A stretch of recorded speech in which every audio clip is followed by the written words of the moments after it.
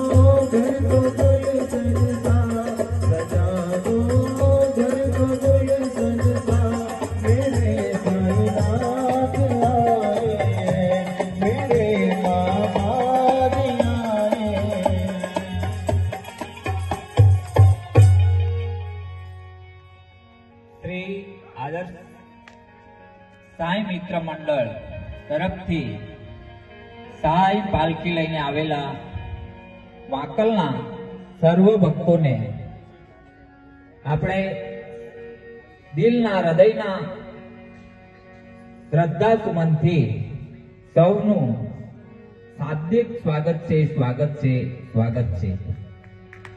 એકવાર આપણે જોરદાર તાળીઓથી એમને વધાવીએ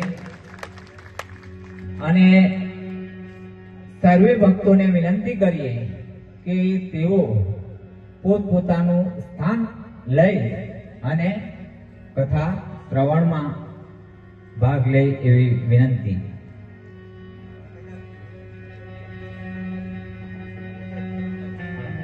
બધા જ વાંકલથી આવેલા સાંઈ ભક્તોને પહેલા વિનંતી કે તેઓ